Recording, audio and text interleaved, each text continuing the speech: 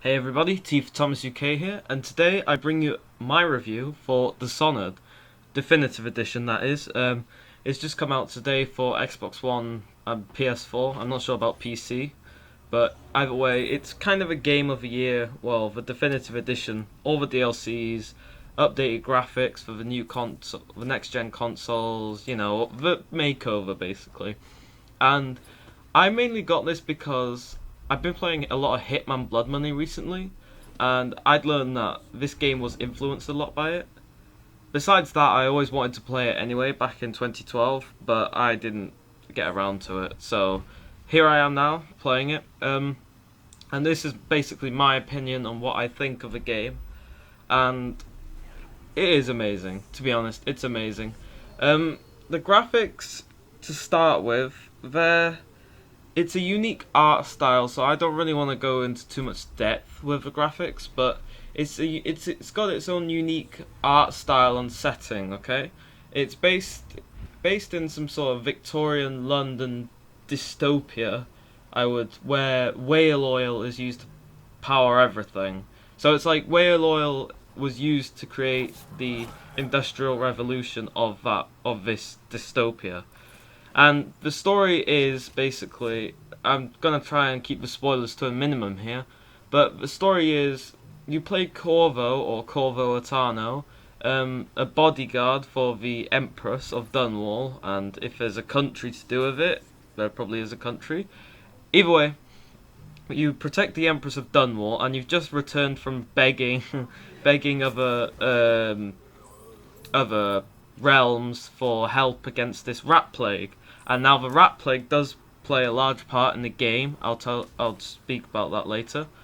But carrying on with the plot, you come back, you meet Empress's daughter, Emily, and then you meet the Empress, talk to her, and she gets attacked by, I don't know what you'd call them, shadow assassins, and she dies, and you are the one. Then they disappear, and you happen to be the only one there.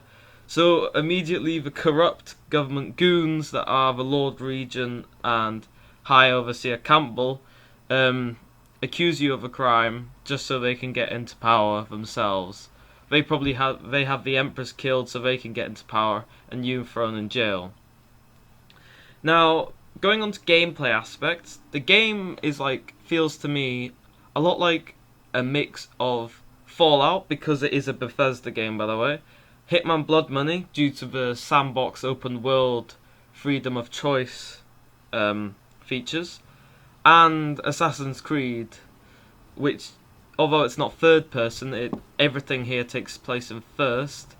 It does have the sort of Assassin's. You play as an assassin, so it does have that sort of Assassin's Creed feel. Basically, it boils down to, so it's not bad. It's not bad gameplay. It's quite fun. It's quite fun because you have many choices. You can go many different paths in the level. So basically, it has a lot of replayability to it, and you can go and do all the levels again, but with different choices and different paths. So on the first mission, where you have to kill High Overseer Campbell, not too many spoilers there, I hope, but it displays to you as soon as you get to this wall of light, which, by the way, singles out the infected individuals and non-city guard persons to the common rabble, so to speak.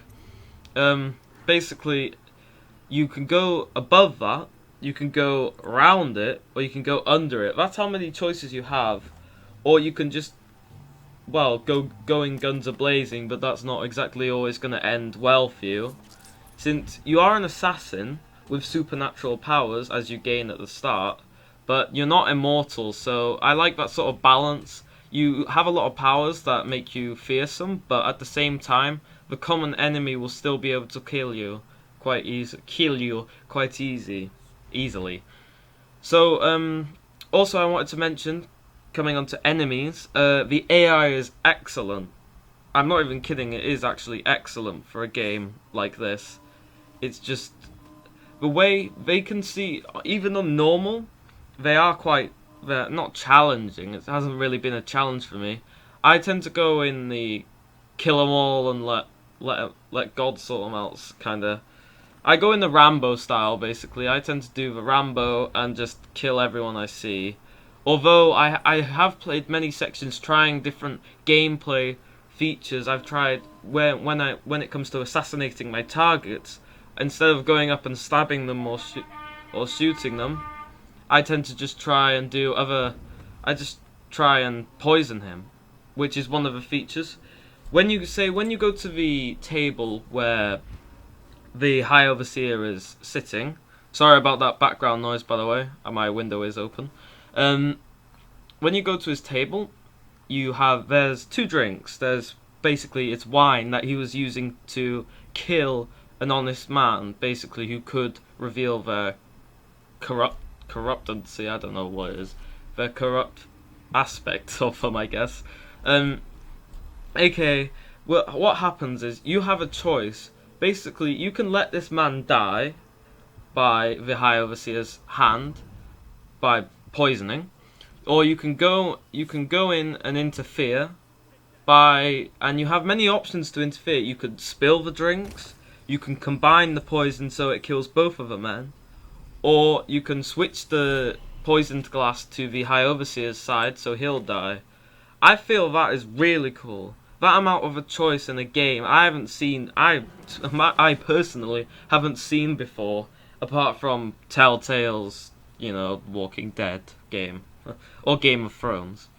But that's not the point. That kind of freedom, we need more in games like this. I mean, there's so many things to do in a level. It's just there's 8 levels, by the way, but there's so many things to do.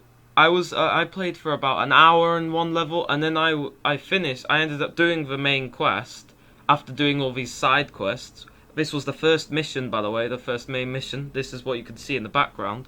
I did about 2 side quests. I don't think I did all of them, but I just finished killing the Overseer. Then I went back to the boat, and I found a whole new area I hadn't explored.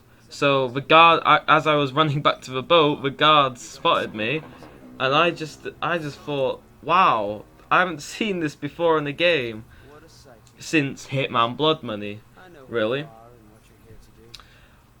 And that's kind of it, literally. That's all I have to say on this game. It's just amazing. It's I'm almost considering it to be a masterpiece. It's that good.